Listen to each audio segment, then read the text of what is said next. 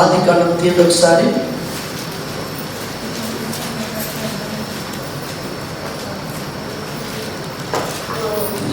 ఆదికాండం 19వ అధ్యాయం. కొంచెం బిడలు బుద్ధి కలిగిన వారైతే త్వరగా బైబిల్ తెరిచి చక్కగా క్రమంగా భయంతో వాక్యం చదువుదాం. 19వ అధ్యాయము 18వ వచనం 19వ వచనం చదువుతారు ఎవరైనా? 19లో 18.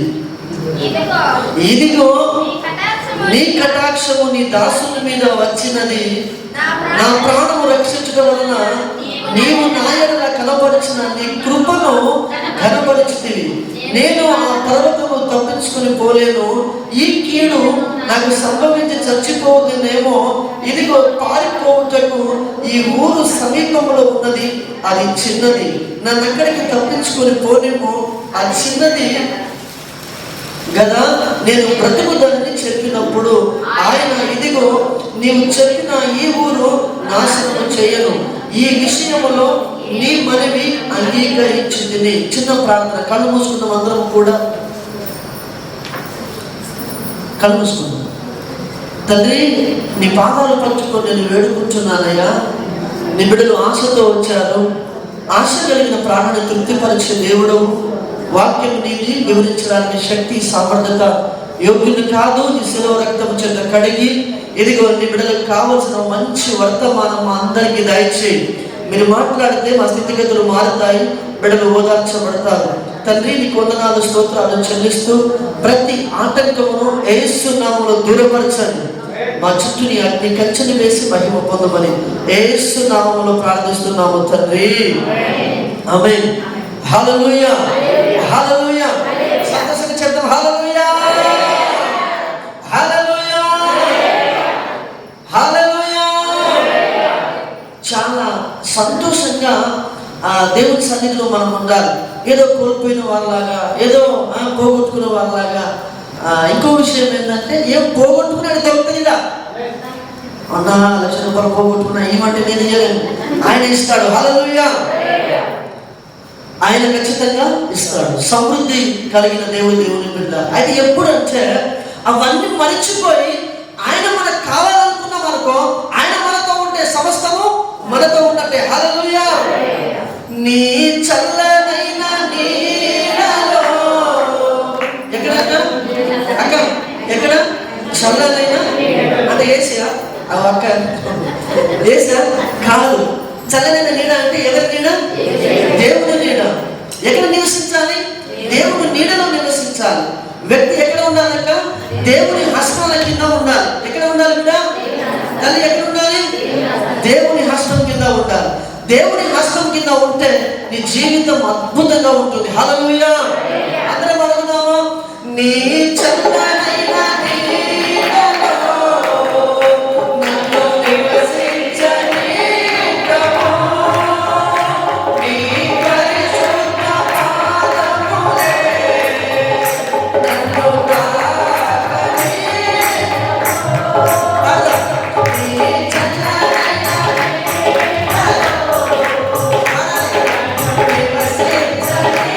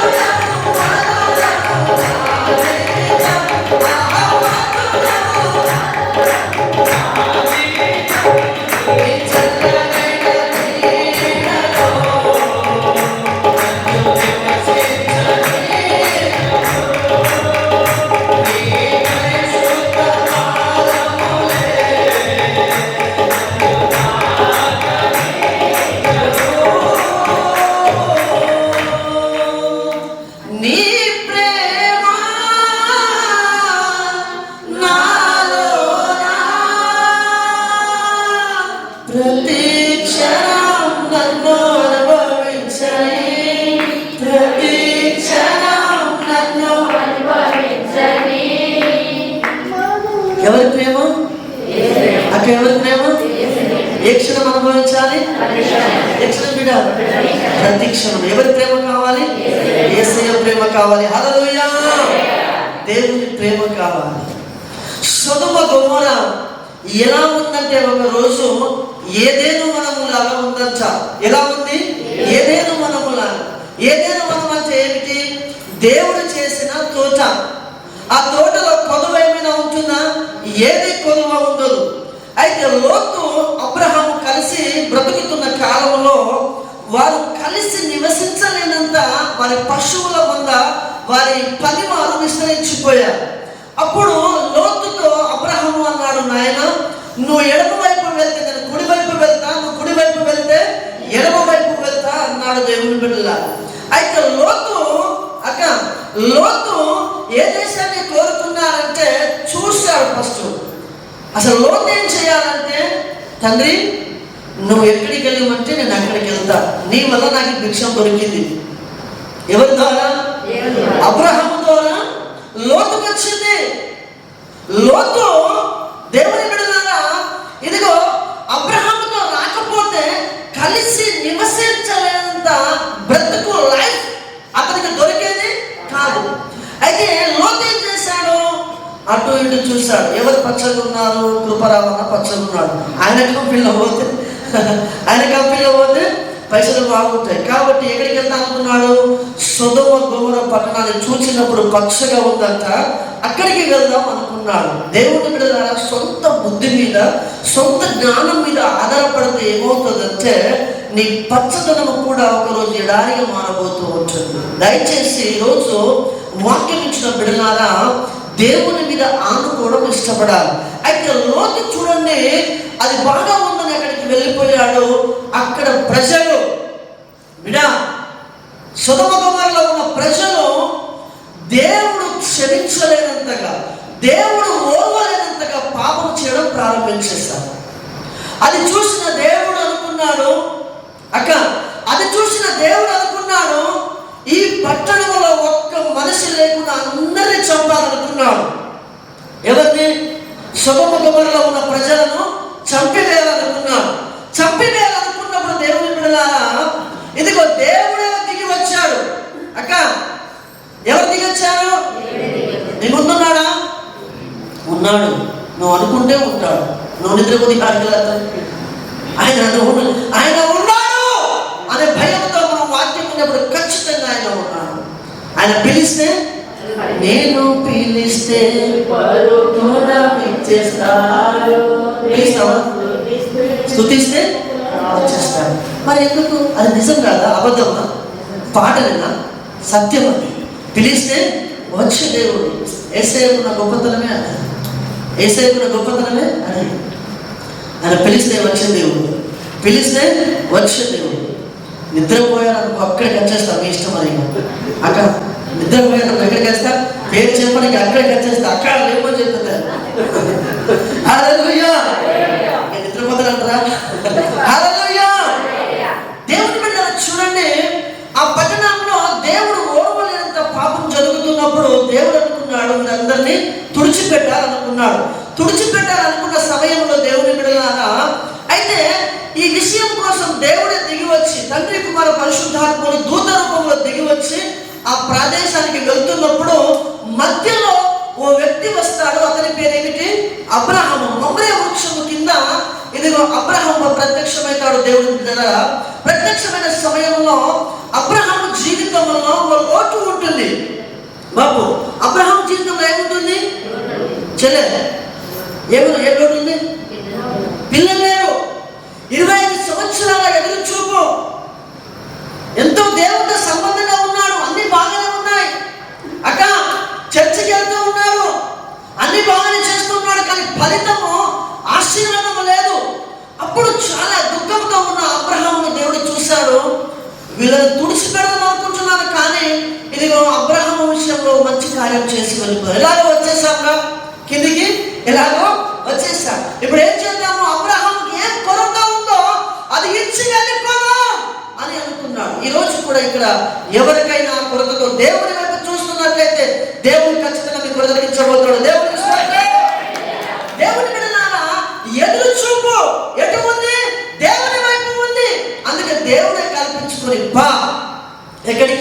నీ ఇంటికి.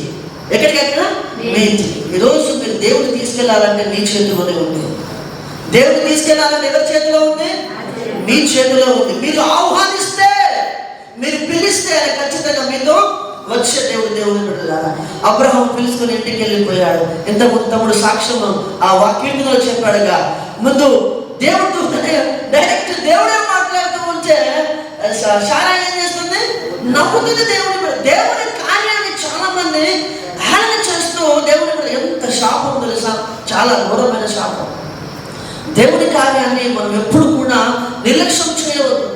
మరి దయగలిగిన దేవుడు అబ్రహాం పట్ల కరుణా కటాక్షం వచ్చేసింది కాబట్టి శారాయి బిడ్డ నిజమే, నువ్వు నవ్వట్లో కొంచెం అర్థం ఉంది. ఎందుకు అర్థం ఉందంటే వయసు ఉడికిపోయింది. భర్తతో కలిసే ఆ యోగం ఆమెకు లేదు. దేవుని బిడ్డ ఇంకా నాకు పిల్లలు ఎలా పుడతారని ఆమె డౌట్.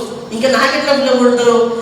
దేవుని బిడ్డలారా, మనుషులకు అసాధ్యము కాదు, దేవునికి సమస్తము. ఈరోజు నేను లైఫ్ అయిపోయింది, నువ్వు సక్సెస్ కాలేవు, నువ్వు ఓడిపోయావు, నీకు ఎవరు లేరు అని అంటున్నారా? దేవుడు అక్కడే గొప్ప కార్యం చేయబోతున్నాడు. దేవుడికి స్తోత్రం. మనుషులకు అసాధ్యమే, నీకు సహాయం చేసేవారు ఎవరు ఉండకపోవచ్చు దేవుని బిడ్డలారా, కానీ దేవుడు ఖచ్చితంగా మన చేయి పట్టుకుని నడిపించే దేవుడు. దేవుడు నామానికి స్తోత్రం.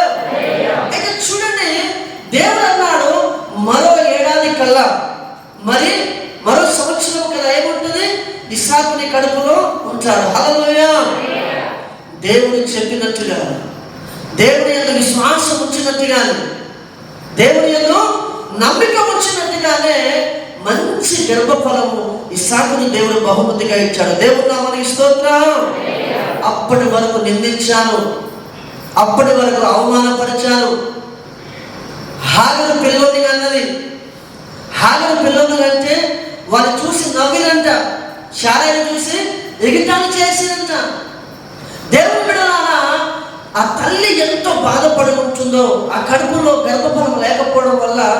ఇంకో మాట చూడండి, ఆనాడు యోబు భార్య అయితే ఏం దేవుడు అంటూ అన్ని పొందుకొని కూడా శారాయిలో గొప్ప మనసుంది. యోబు భార్య అన్ని చూసింది, ఐశ్వర్యం చూసింది, ధనం చూసింది, పిల్లల్ని కన్నది, గొప్ప అదృష్టవంతురాలు అనుకోవాలి. ఆ కాలంలో అంత గొప్ప భార్యను ఉన్న అన్ని చూసి దేవుని ఆశీర్వాదం పొందుకొని కూడా దేవుని దూషించింది. ఎవరు? యోబు భార్య. ఆమె పేరు రాయల దేవుడు, అందుకే యోబు భార్య అని ఉంది. దేవుని బిడ్డలారా, అన్ని పొందుకొని కూడా దేవుణ్ణి ఏం దేవుడు అంటూ అన్ని తీసుకొని పోయాడు. దూషించు, నువ్వు కూడా చచ్చిపోతాను చంపే అంటుంది. కానీ శారాయి యేసయ్యను చూడలే, ఆయన కార్యాలు చూడలే. అప్పటి వరకు శారాయి జీవితం చూడండి. యేసయ్య ఎవరో ఆమెకు తెలియదు. వాస్తవానికి వచ్చి విగ్రహానికి రాను, వాళ్ళ కుటుంబం అంతా ఆ బొమ్మను తయారు చేసుకుని అమ్ముకునే కుటుంబం. అక్కడ దైవ దర్శనం కలిగింది అబ్రహాముకు. అబ్రహమా అని ప్రభు పిలిస్తే, దేవుని బిడ్డలారా, ఇదిగో నేను చూపించు దేశానికి వెళ్ళు నాయన అన్నాడు. మనం ఎట్లా మస్టర్గా చేసాం అడగకుండా? దేవుడు అడగచ్చు. ఎంతమంది అడగచ్చిరా? ఏ దేశానికి వెళ్ళాలి ప్రభు అని అడిగిరా? దేవుని బిడ్డలారా, అబ్రహాము మాత్రం ఎక్కడికి వెళ్ళాలో తెలియదు, అడ్రస్ తెలియదు. అబ్రహాము ఏం విశ్వాసం అండి. మళ్ళీ దేవుడిని చూడలేదు, ఖాళీ స్వరమే. అక్క ఏంటి? ఖాళీ స్వరం అన్నాడు అబ్రహాము. రాబేట బయట అంటే భార్యతో పోయి పాస్టర్ అడిగేస్తాని అడిగిరాదు. పాస్టర్ మాట కాదు, మంచిదే, అడిగేస్తాని అడిగినాను. దేవుని బిడ్డ ఏమన్నానంటే, ఒక స్వరం విన్నాను, బయలుదేరుతున్నాను, నువ్వు వస్తే రా, లేకపోతే ఉండిపో. దేవుని బిడ్డ, కానీ ఎంత మంచి భార్య అంటే, అయ్యా ఎంత మంచి భార్య అంటే, భర్తకు లోబడే భార్య, భర్తకు విధేయురాలు. దేవుని బిడ్డ చాలా మంది భార్యలు పెత్తనం చలాయించాలనుకుంటారు. చాలా తప్పు. దేవుని బిడ్డ, మీ భర్త ఎలాంటి వాడని కావచ్చు. భర్త ఎవరికి సాదృశ్యం తెలుసా? భర్త తలకు సాదృశ్యం. అంటే శిరస్సై ఉన్నాడు దేవుని బిడ్డ. నీ తలను నువ్వే అవమానపరుచుకుంటావా? చాలా మంది కొమ్ములు వేసుకోలేదు, కొంతమంది కట్టుకున్నారు. చర్చిలో ఉన్నప్పుడు, వాక్యం వినేటప్పుడు దేవుని బిడ్డ ఖచ్చితంగా ముసుకుంటారు. ముసుగు ఎందుకు ఉండాలి? దేవుడే ఇచ్చాడు. ఆ చెంగంట చెంగు ఉంది కదా చీర, మొత్తం అక్క అన్న తమ్ముడు డ్రెస్ వేసుకొచ్చిన అంటారు. ఆ చెంగులో దేవుడు ముసుగు కోసమే ఇచ్చాడంట. మీకు తెలుసా ఆ చీర ఇలా ఉండాలని? అక్క మీరు తయారు చేశారు చీర పుట్టుకోసం ఫస్ట్ మీరు చీర తయారు చేశారా? లేదు. దానికి జ్ఞానం ఇచ్చింది కూడా ఎవరు? దేవుడే ఇచ్చాడు. అయితే ఇంత చీర అయితే కొంగు ఉండాలి. ఎందుకు కొంగు ఉండాలి? తల ముసుగు వేసుకోవడానికి, స్టైల్ చేయడానికి కాదు. ఓకే, హల్లెలూయా హల్లెలూయా. ముసుగు కోసం దేవుడు ఇచ్చాడు. దాన్ని మనం పక్కన పడేది. దేవుడి సన్నిధిలో ఖచ్చితంగా మీరు మంచి బిడ్డ నాకు తెలుసు, ఇప్పుడు కూడా వేసుకుంటారు కొంతమంది. హల్లెలూయా హల్లెలూయా హల్లెలూయా. దేవుడి సన్నిధిలో 2 గంటలు నువ్వు అలా ఉండకపోతే నువ్వు దేవుని గౌరవించే మనసు మనకు ఉండదు. ఒకవేళ ఉన్నప్పటికీ కూడా దేవుని బిడ్డలు అలా అజాగ్రత్తగా ఉండద్దు. మళ్ళా ఏం కాదులే, ఏం పర్వాలేదులే, భక్తి విషయంలో సర్దుకోపోవద్దు. ఒక పూట అన్నం లేదా ఏం పర్వాలేదు, చచ్చిపో. దేవుని వాక్యం ఏమంటుంది? మనుషులు రొట్టె వలన కాదు, దేవుని నోటి నుండి వచ్చే ప్రతి మాట వలన బ్రతుకుతారన్నాడు. దానికోసం బ్రతకాలి, దానికోసం బ్రతకాలి. మన క్రమం ఎవరు చూస్తారు? పాస్టర్ కాదు. పాస్టర్ ఏం చేద్దరు పాపం, నువ్వు వేసుకున్నట్టు కాదు, పక్కన కొడతలేదు. నేను ఏమన్నాడు? దేవుడికి అప్పచెప్తాడు. ఆయన తీర్పులకు మనం రాగా చూసుకోవాలి. హల్లెలూయా హల్లెలూయా. తీసేసిన బిడ్డ కట్టుకుంటే హల్లెలూయా. నీ ప్రేమ నాలో, నీ ప్రేమ నాలో, ప్రతి క్షణం నన్ను అనుభవించని, ప్రతి క్షణం నన్ను అనుభవించని. 1,00,000 రూపాయలు వచ్చినాయి ఈ సంవత్సరం. ఎగ్జాంపుల్ అక్క 1,00,000 రూపాయలు వచ్చినాయి. వచ్చే సంవత్సరానికి అర్థం అనుకుంటావా? అన్న అర్థం అనుకుంటావా? పొద్దున తిన్నావు, రాత్రి అర్థం అనుకుంటావా? మేము 4 గంటలు ఇక్కడ తిరిగి కూడా నీకు మళ్ళీ పోయి తింటావు. ఏమంటావు భాష? అంటే ఏ పూటకు ఆహారం నువ్వు కావాలని కోరుకుంటావు, దేవునికి ఇచ్చే మర్యాద కూడా అలాగే కోరుకోవాలి. హల్లెలూయా. నీకు నువ్వు ఎలా దేవుని దగ్గర పొద్దుకోవాలనుకుంటున్నావో దేవునికి ఇచ్చుట్లో కూడా అదే స్థాయిలో భక్తి చేదుముగాక. హల్లెలూయా. దేవుణ్ణి ఉన్నతమైన స్థాయిలో చూడాలి. ఇప్పుడు కూడా ఎలా చూడాలక్క? మనుషులను చూసినట్టు చూడొద్దు. దేవుడు ఎలా చూడాలి? ఉన్నతమైన స్థాయిలో. ఇంకా ఆయన తప్ప ఇంకా వేరే స్థానం వరకు లేదు. భక్తి జీవితంలో సీక్రెట్ ఏం తెలుసా? దేవుని ఉన్నతంగా చూడడం నువ్వు ప్రారంభించావా, దేవుడు నిన్ను ఉన్నతంగా చేస్తాడు. హల్లెలూయా. నువ్వు దేవుడిని ఘనపరిస్తే దేవుడు నిన్ను ఘనపరుస్తాడు. నీ వాక్యంలో అయినా, నీ పాటలో అయినా, నీ సాక్ష్యంలోనైనా, నీ పరిచర్యలోనైనా నువ్వు ఎవరిని ఘనపరచాలి? దేవుని ఘనపరచాలి. ఎప్పుడు దేవుని ఘనపరచడం ప్రారంభిస్తావో దేవుడు ఖచ్చితంగా మనల్ని ఘనపరచడం ప్రారంభిస్తాడు. హల్లెలూయా. మేము పొద్దున 5:30కి లేచినాం. ఇక్కడికి వెళ్ళి 12 గంటలు అయింది. ఆ పొద్దున 5:30కి లేస్తే దేవుని ప్రార్థన చేద్దాం అనుకొని చాలా విషయాలు డిస్కషన్ చేసుకుంటూ ఉంటున్నాం. తనకు కొన్ని కథలు పడ్డాయి, నాకు కొన్ని కథలు పడ్డాయి. ఇవన్నీ తలపోసుకుంటూ దేవుని బిడ్డలారా వస్తున్న సమయంలో నేను చెప్తున్నాను ఏమని అంటే, మన స్థితి ఏమిటి, మన గ్రామం ఏంటి, మన పరిస్థితి ఏమిటి, నువ్వు ఇక్కడ రావడం ఏంటి, దేవుడు ఇలా మనల్ని తీసుకెళ్ళడం ఏంటి, ఒకసారి విచక్షణ అనిపిస్తూ ఉంటుంది. దేవుని కార్యాలు చూస్తే అసలు ఊహకు అందట్లేదు. నిజంగా చెప్తున్నాను. నన్ను చాలా మంది దేవుని బిడ్డలారా వీడి లైఫ్ అయిపోయింది, వీడు వేస్ట్ ఇంకా అని అనుకున్నారు. దేవుని బిడ్డల ఇంకా 3 నెలలు చర్చిలో ఉంటే ఇక్కడ చచ్చిపోతారు అనుకున్నారు చాలా మంది. ఇంకా కొంచెం ఫోన్ కాల్ కూడా ఎవరు చేయడం బంద్ చేసేస్తారు. అంతేకాదు దేవుని బిడ్డలారా చాలా ఎలా చూస్తారంటే పల్లెటూళ్ళలో ఇంకా వాళ్ళకి ఏదైనా బాధ వచ్చిందా, ఇంకా వీళ్ళ లైఫ్ అయిపోయింది, వాడికి పోతాడు, ఇంకా అంతే అయిపోయింది, ఇంకా వాళ్ళకి ఆ చదువుకున్న రోజుల్లో నేను తెలవగానే పెళ్లి చేసుకున్నాను. అంటే తెలుగు బిడ్డల అర్థం ఏంటంటే అంత వివేచన జ్ఞానం లేదు. సో డిగ్రీ చదువుతూనే పెళ్ళి అయిపోయింది. ఆ కాలేజీకి వెళ్ళాలంటే నాకు డబ్బులు లేవు, బస్ కిరాయికి డబ్బులు లేవు. మా అన్నను నేను ఒక 100 రూపాయలు అడిగిన, ఒక 100 రూపాయలు. మా అన్న గవర్నమెంట్ ఎంప్లాయీ, వల్ల మంచోడు అన్న. ఏం ఎంప్లాయ్? గవర్నమెంట్ ఎంప్లాయీ, మస్తు డబ్బులు ఉన్నాయి. 100 రూపాయలు ఏమంటే 100 రూపాయలు ఎందుకు పెళ్ళిలా చేసుకున్నారా అని తింటాడు. మా పాస్టర్ అయ్యారు మళ్ళీ గుర్తు చేసేది, మర్చిపోతలేదు పాపం. అలా అవమానపరిచిన వాళ్ళు కూడా ఉన్నారు దేవుని బిడ్డలు. మన పక్కనే ఉండి మన అన్నలే మనల్ని గాయపరిచిన వాళ్ళు. అయితే ఇవన్నీ స్థితి నాకు బాగా నన్ను గుర్తుకొస్తూ ఉంటూ నేను బాగా అందుకే ఎవరైనా బాధ పెట్టిన విషయాలు కూడా నేను వాళ్ళకి ఏం చెప్పలేదు. నేను సేవకుని, నేను ఏమైనా అంటే కూడా నా కంటిలో నేనే పొడుచుకున్నట్టు అవుతుంది. సో చాలా విషయాలు నలిగిపోతూ కుంగిపోతూ ఎన్ని విషయాలు అయినప్పటికీ కూడా దేవుడు మళ్ళీ ఈ స్థితిని ఇచ్చాడంటే అసలు ఎంత గొప్ప దేవుడు అని చెప్పేసి పొద్దునప్పుడు అదే చెప్పుకున్నాం. సో దయచేసి మీ వ్యక్తిగత జీవితంలో మీరు విశ్వాసం ఉంచితే దేవుని హానర్ చేయడం, దేవుని ప్రైజ్ చేయడం, దేవుని ఘనపరచడం మీరు ప్రారంభించారా, నువ్వు పెంట కుప్పలో ఉన్నా కూడా దేవుడు నిన్ను పైకి లేపుతాడు. హల్లెలూయా. పెంట కుప్ప నుంచి పైకి లేపుతున్నవాడు ఆయన దేవుని బిడ్డ, ఆయన తప్ప ఎవరు లేరు. ఇంకో మాట, నా స్నేహితులందరికీ పాట చేసింది నేనే. అదే ఇట్లా పాటు చేసిన బ్రదర్ అంటే వాళ్ళకి సిగరెట్ తాగడం తెలియదు, నేనే నేర్పించిన వాళ్ళు. ఇట్లా తాగదురా, ఇట్లా తాగాలి నేర్పించేస్తాను. చాలా మంది దేవుని బిడ్డ నిజం చెప్తున్నాను.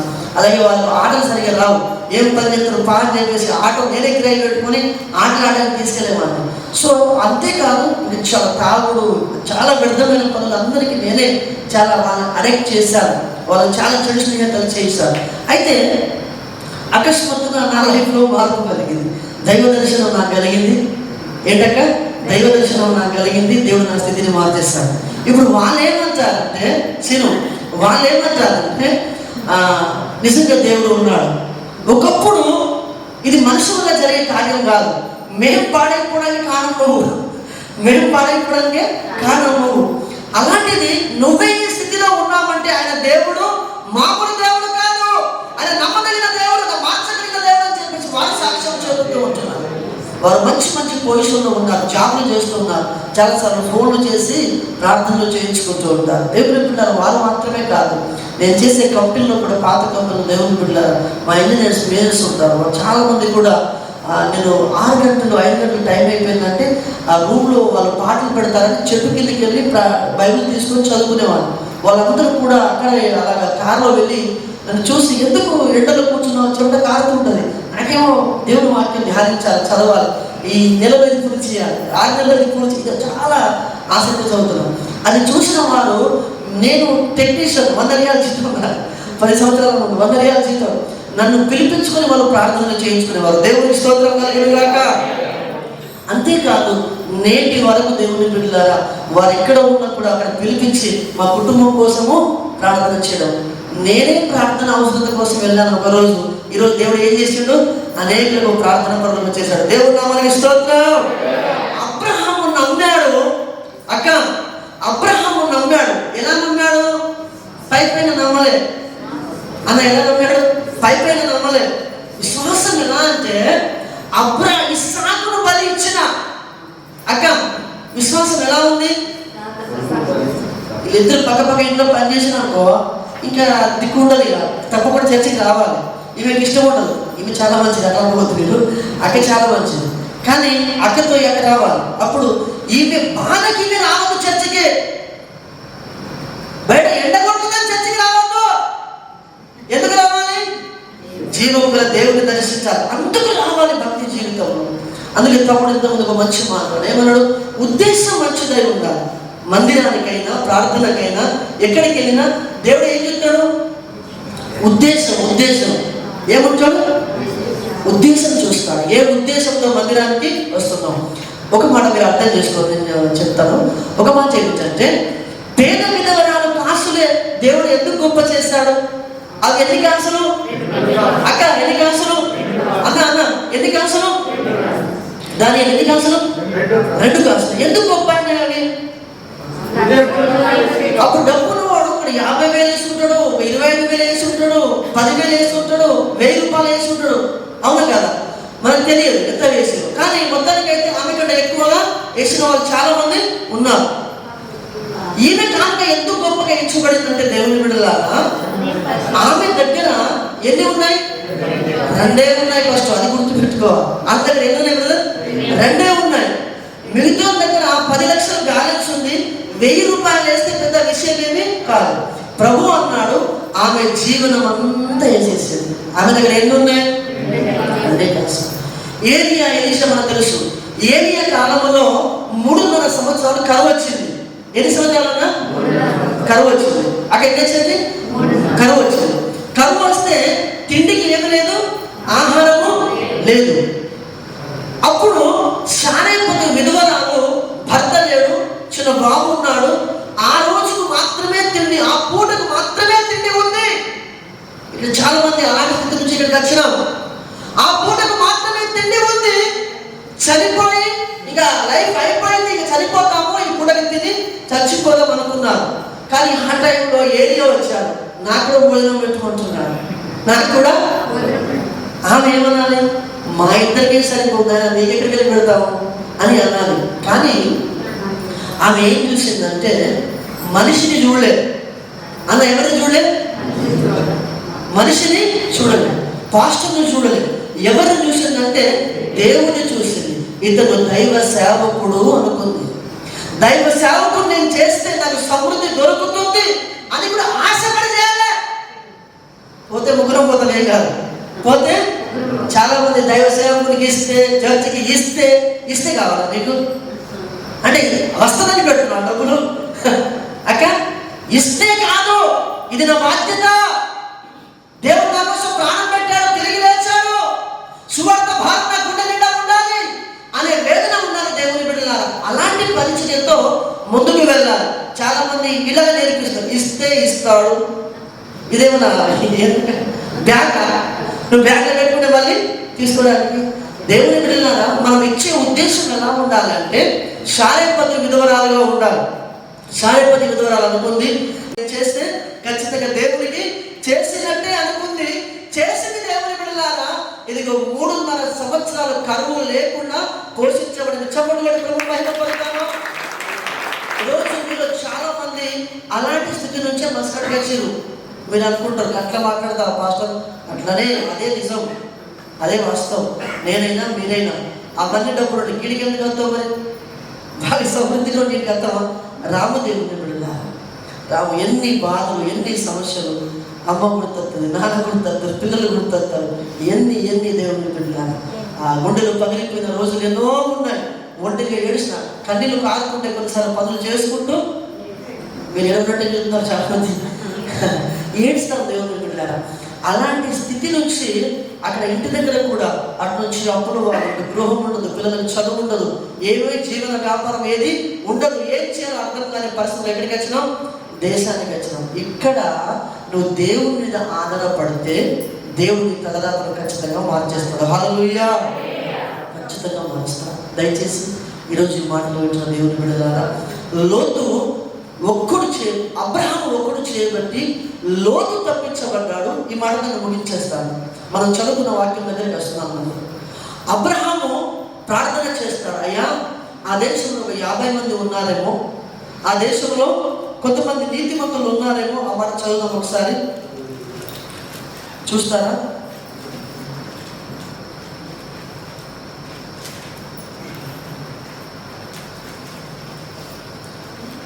దేవుని బిడ్డల మాట ఎక్కడ ఉందంటే, చదువునా దొరికిందా? అబ్రహాము నీ మనవి నేను అంగీకరించి లోతును తప్పించి తినే మాట ఉంటుంది. అబ్రహామును వచ్చి చదువుతాను, చదువు.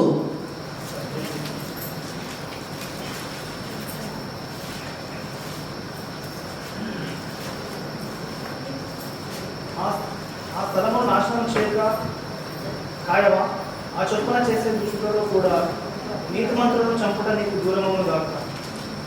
నీతిమంతుని దృష్టినితో సమముగా ఎంచుట నీకు దూరమవును గాక. అయితే ఇంకో మాట కూడా ఉంది. దేవుని బిడ్డ అక్కడ ఏమని రాయబడి ఉందంటే, అబ్రహాము చేసిన మనవి దేవుడు ఆలకించి లోతును తప్పించను అనే మాట ఇక్కడ రాయబడి ఉంది. చూడండి సార్, చదువుకోండి మీరు. అబ్రహాము చేసిన మనవి ఎవరు ఆలకించారంట? దేవుడు ఆలకించాడు. అబ్రహాము చేసిన మనవి దేవుడు ఆలకించి సొదొమ గొమొర్రా మొత్తం నాశనం చేసుకుందాం అనుకున్న దేవుడు లోతును బయటికి తీసుకొని వచ్చాడు. ఇంకో మాట లోతును బయటికి తీసుకొని వచ్చాడు. ఇప్పుడు లోతు ఏం చేయాలి? లోతు ఏం చేయాలి? లోతు తన కుటుంబాన్ని బయటికి తేవాలని ప్రయత్నం చేస్తూ ఉంటున్నాడు. లోతు కుటుంబాన్ని బయటికి తేవాలని ప్రయత్నం చేస్తున్నాడు. ఆ ప్రయత్నంలో భార్య సహకరించలేదు. ఆ ప్రయత్నంలో ఎవరు సహకరించలేదు? భార్య సహకరించలేదు. ఇలాగ చాలా మంది ఉంటారు, ఉన్నట్టే ఉంటారు. ఇలాగ వచ్చినట్టే వస్తారు, కానీ ఆసక్తి ఎక్కడ ఉంటుంది? వెనుక ఉంటుంది. ఎటువైపు? సొదొమ గొమొర కావాలి. సొదొమ గొమొరలో ఏముంది? పాపం ఉంది, దేవునికి అయిష్టకరమైన జీవితం ఉంది. చాలా మంది ఐగుప్తుల నుంచి బయటకు వచ్చాం, దేవుని బిడ్డలారా సొదొమ గొమొర నుంచి బయటకు వచ్చాం, కానీ అది దాగి చాలా మందిలో ఉంటుంది. అప్పుడు చాలా మందికి మళ్ళీ పాపం ఎందుకు చేస్తారంటే దేవుని అది దాగి ఉండడం బట్టే వాడు పాపం చేస్తారు. అయితే లోతు భార్య ఏం చేసింది? తిరిగి వెనుకకు చూసింది. ఏమైంది? ఏమైంది బిడ్డ? ఉప్పు స్తంభం అయిపోయింది. ఉప్పు స్తంభం అయిపోతే దేవుని బిడ్డలారా లోతు బయటికి వచ్చాడు. లోతుకు భయం కలుగుతూ ఉంది. కళ్ళ ముంగట అందరు రాలిపోతూ ఉంటున్నారు, కళ్ళ ముంగట అందరు రాలిపోతూ ఉంటున్నారు, అగ్ని గంధకములు కురిపించబడుతూ ఉంటున్నాయి. ఆ సమయంలో దేవుని బిడ్డలారా ఇది ఒకే మాట ఉంది, రాయబడి చదువుల మాట ఏమిటంటే ఈ మాట రాయబడి ఉంది, అయ్యా నేను తప్పించుకొని పారిపోవడానికి ఆ స్థలము చాలా దూరంగా ఉంది. నీ కటాక్షం ఎట్లయినా నా మీద వచ్చింది, నాకు అర్థమైంది. నన్ను తప్పిస్తున్నావు, అందరు చనిపోతూ రాలిపోతూ ఉంటున్నావు. ఇప్పుడు నేను ఏం చేయమంటానంటే నా ఒక్క మనవి ఆలకించు. ఏమిటి ఆ మనవి అంటే, ఇదిగో ఈ చిన్న ఊరు, ఏ ఊరు అది? రువి. ఏంటండి? రువి. ఆ రువిలో నేను పారిపోతా, స్వయాల్లో పారిపోతా. స్వయాన్ని నేను పారిపోతే నన్ను బట్టి ఆ ఊరంతా కాపాడమని చెప్పాడు. ఎంత అద్భుతమైన విషయం ఏంటంటే, లోతు ఒక్కడు తప్పించబడితే లోతుతో పాటు నీ మనవి అంగీకరించాను, నిన్ను బట్టి ఆ సోయారు అనే ఊరును ఖచ్చితంగా కాపాడతా, నువ్వు వెళ్ళిపోమన్నాడు దేవుని బిడ్డలారా. లోతు బయటికి వచ్చాడు, ఆ ఊరిలోకి వెళ్ళిపోయాడు. దేశం అంతా నాశనమైంది, కానీ ఒక్క సోయారు అనే ఊరు మాత్రం క్షేమించగా తప్పించబడింది. హల్లెలూయా. ఈరోజు నువ్వు తప్పించబడాలి అంటే దేవుని బిడ్డ నువ్వు లోతులాగా బయటికి రావాలి. లోతులాగా బయటికి రావడమే కాదు, లోతులాగా మనవి చేయాలి. అబ్రహామును బట్టి లోతు తప్పించబడ్డాడు, లోతును బట్టి సోయారు అనే ఊరు తప్పించబడింది.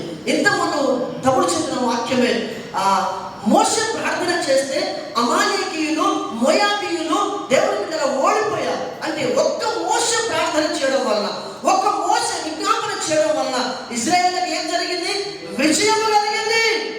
ఒక్క దావీదు పోరాటం చేయడం వలన, ఒక్క దావీదు యుద్ధం చేయడం వలన, అక్క వచ్చేస్తున్నా, ఒక్క దావీదు యుద్ధం చేయడం వలన దేవుని బిడ్డలారా ఇదిగో ఆ ఇశ్రాయేలు ప్రజలందరూ కూడా ఓడిపోయే స్థితిలో ఉన్నారు. కానీ ఒక్క దావీదును బట్టి దేవుడు ఏం చేశాడు? గొప్ప విజయాన్ని ఇచ్చాడు. హల్లెలూయా. గొప్ప విజయాన్ని ఇచ్చాడు. దావీదును బట్టి దేవుడు విజయం ఇచ్చాడు. లోతును బట్టి సోయారు తప్పించబడింది, అబ్రహామును బట్టి లోతు తప్పించబడ్డాడు. ఈరోజు నిన్ను బట్టి ఒక్కరు బాగుపడుతున్నారా? నీ కుటుంబం, నీ భార్య, నీ పిల్లలు, దయచేసి తప్పుగా అనుకోవద్దు, మీ తమ్ముడుగా చెప్తూ ఉంటున్నారు. నీ పక్కన ఉన్నవారు, నీ ఊరు, సోయారు ఒక ఊరా? సోయారు ఒక ఊరు. లోతు ఒక్కరిని బట్టి ఊరంతా తప్పించబడింది. అబ్రహామును బట్టి లోతు మార్చబడ్డాడు. మోషేను బట్టి ఇశ్రాయేలు ప్రజలకు విజయము దొరికింది. దావీదును బట్టి దేవుని బిడ్డ సౌలు మహారాజుకు యుద్ధంలో విజయం దొరికింది. అంతేకాదు చివరి ఒక మాట ఏమిటంటే, యేసు ప్రభు ఒక్కరు చేయబట్టి 12 మంది తయారయ్యారు. 12 మందిని బట్టి 120 మంది, 3000 మంది, 5000 మంది ప్రపంచం అంతా మార్చబడ్డారు. ఈరోజు నిన్ను నన్ను బట్టి ఎంతమంది మారుస్తూ ప్రభు అదే అడుగుతాడు. చర్చికి వచ్చినావా, కూర్చున్నావా, చీరగరం చేసుకున్నావా, అది దేవుడు చూడడు. హాజరు చేసినావా, హాజరు చేసుకోవడానికి ఇది బడిగారు. ఫస్ట్ అక్కడ ఏంటిది? హాజరు చేసుకోవడానికి ఇది బడిగారు. ఇది గుడి. గుడిలో ఎవరు ఉంటారు? దేవుడు ఉంటాడు. దైవ దర్శనం కలగాలి. దైవ దర్శనం అంటే అర్థం ఏంటంటే దేవుని వాక్యం మనకు అర్థం కావాలి. అది అర్థమైన రోజు మనం ఖచ్చితంగా గొప్పవారం అవుతాం. హల్లెలూయా. లోతును బట్టి సోయారు తప్పించబడింది. ఈరోజు నన్ను నిన్ను బట్టి మన ఊరు, మన గ్రామం, మన పల్లె, మన సంఘము. చాలాసార్లు దేవుని బిడ్డలారా ఒకరిని బాగు చేసే ఆలోచన మనకు ఉండదు, కానీ పాడు చేసే ఆలోచన చాలా మందికి ఉంటుంది. ఒకడు తప్పు మార్గంలో వెళ్తున్నాడు, నాన్న అట్లా కాదు, ఇలా ఉండమని చెప్పాం, కానీ ఇంకా 2 ఎక్కించి వాడు ఏం చేస్తాం? పాడు చేస్తాం. సో దయచేసి ఈరోజు సోయారులాగా దేవుని బిడ్డలారా తప్పించబడినట్టుగా మన తోటి వారిని, మన బంధువులను, స్నేహితులను తప్పించుదాం. దేవుని రాజ్యం రక్షణలో చేర్చుదాం. లేకపోతే వారు ఏమవుతారు? కాల్చబడితే లెక్క ఎవరప్ప చెప్పాలి? నాకెందుకులే అనుకుంటే కుదరదు. దయచేసి మనమందరం కూడా ఒక తల్లి కుటుంబం దేవుని బిడ్డ ఎలా ఉండాలి? ఒక తల్లి పిల్లల వలె ఉండాలి. చిన్నోడు తప్పు చేస్తే పెద్దోడు చెప్పాలి, పెద్దోడు తప్పు చేసి చిన్నోడు అడగాలి. ప్రేమ కుటుంబంలాగా ఉండాలి. సంఘం ఎదగాలంటే కూడా అదే ప్రేమ ఉండదుగాక.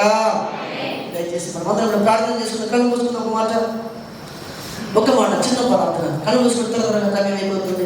ప్రార్థన దేవుడి మాట దీవించిందిగా ప్రార్థన. హల్లెలూయా హల్లెలూయా హల్లెలూయా హల్లెలూయా. థ్యాంక్ యూ దేవా నీకు స్తోత్రం. హల్లెలూయా హల్లెలూయా హల్లెలూయా హల్లెలూయా హల్లెలూయా. అందరం వెనకాల ఉన్నారు, ప్రార్థన చేయండి. మౌనంగా ఉండదు ఎవరు కూడా. ఒక్కసారి నిన్ను బట్టి ఎంతమంది మార్చబడ్డారు? ఒక్కసారి నిన్ను బట్టి నీ ఊరు, నీ కుటుంబం, నీ బంధువులు మార్చబడుతూ ఉన్నారా? నీ